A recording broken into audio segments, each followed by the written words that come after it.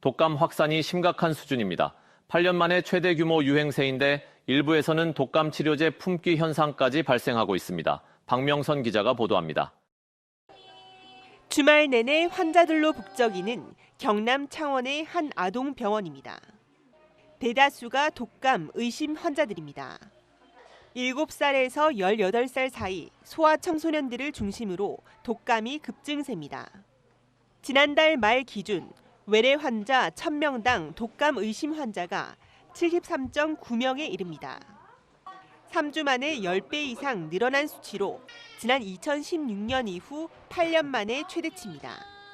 열이 39도 3, 4까지 올랐다가 해열제를 먹으면 38도 한 4, 5까지 또 떨어졌다가 다시 오르더라고요. 그래서 열도 잘 안 잡히고 기침도 좀 심해지고 그래서 독감이 아닐까 싶어서 왔어요. 코로나 팬데믹 이후 줄어든 독감에 오히려 면역이 떨어지면서 중증 화율이 높아질 수 있다는 것이 전문가들의 설명입니다. 이런 상황에서 독감 치료제인 타미플루 품귀 현상 조짐까지 일고 있습니다. 일부 지역에서는 타미플루 대신 대체제로 조제하는 경우가 일상화됐습니다. 최근 유행세라면 대체제 재고도 바닥날지 모른다며 약국가는 걱정입니다. 환자가 늘면서 이제 처방이 확 늘게 되면서 그런데 이제 재고는 다 소진이 되어 있고 공급이 지금 빠르게 되고 있지 않은 상태예요. 대체할 약들까지 지금 같이 덩달아 연쇄 품절이 지금. 전문가들은 지금이라도 예방접종을 받아야 한다고 조언합니다. 당장도 문제지만 보통 2월 말쯤 시작되는 2차 유행에 대비하기 위해서입니다. 독감 접종을 하게 되면 항체가 한 2 내지 4주 후에 형성이 되기 때문에 가능하면 지금이라도 빨리 이렇게 접종을 해야지 나중에 봄철에 유행하는 독감에도 대비가 될 겁니다. 코로나19와 세포융합 바이러스 등이 동시에 유행하는 멀티데믹까지 우려되는 상황. 보건당국은 사람들이 많이 모이는 곳에서 마스크 착용 등 개인 위생 관리를 당부하고 있습니다. KNN 박명선입니다. 지난해 글로컬 대학으로 선정된 부산 경남 지역 대학교 4곳에 첫 입시 성과에 관심이 모였는데요. 수시 모집이 사실상 미달 수준에 그친 것으로 나타났습니다. 눈에 보이는 성과와 함께 진정한 지역 거점 대학으로 거듭나야 인지도와 입시 성과도 높아질 것이란 분석입니다. 정기영 기자입니다. 부산 동아대와 동서대, 경남 창원대와 인제대, 지난해 글로컬 대학으로 지정된 4곳입니다.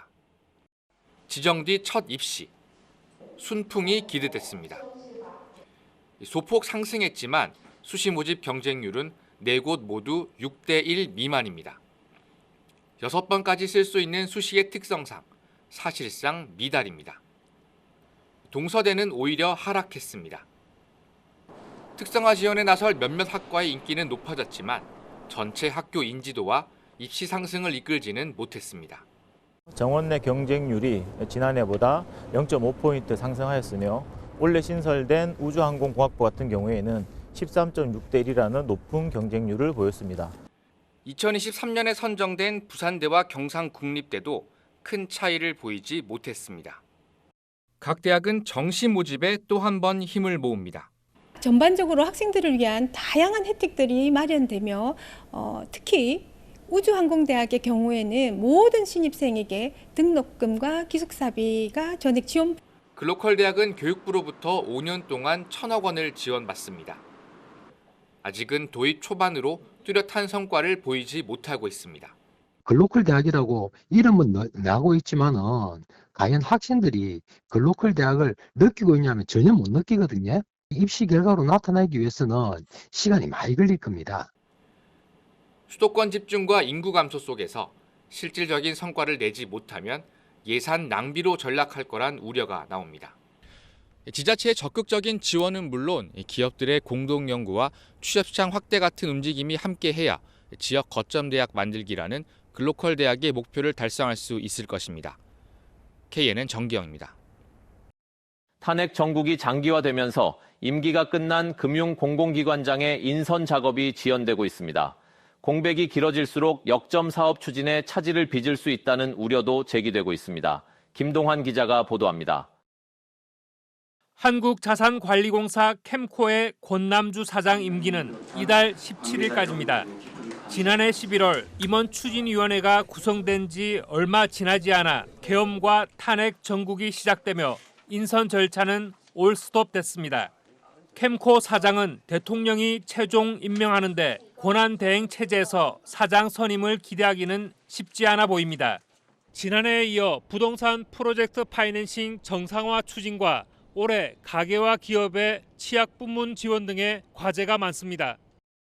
대통령 임명 절차를 거쳐야 하는 기술보증기금도 상황이 비슷합니다.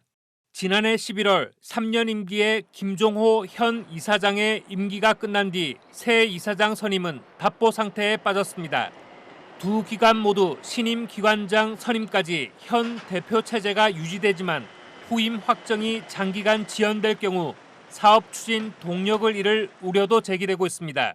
추진 동력들이 상실될 우려가 현실적으로 존재하다라고 밖에 볼 수가 없고요.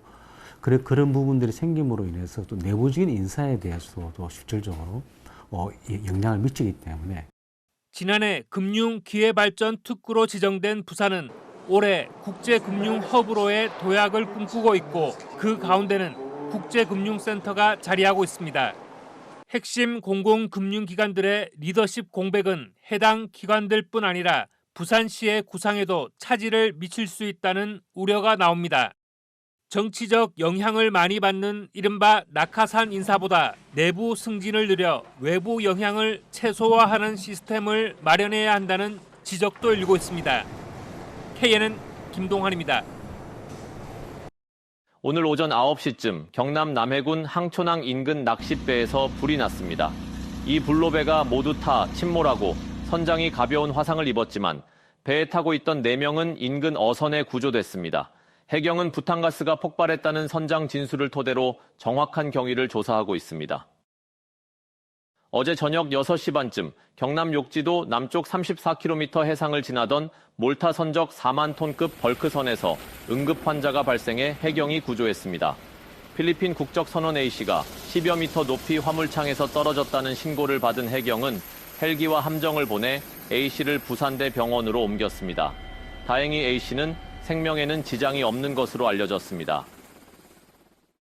제주항공 참사 국가애도 기간 마지막 날인 어제 부산 광안리 해수욕장에서 희생자를 추모하는 드론 행사가 열렸습니다.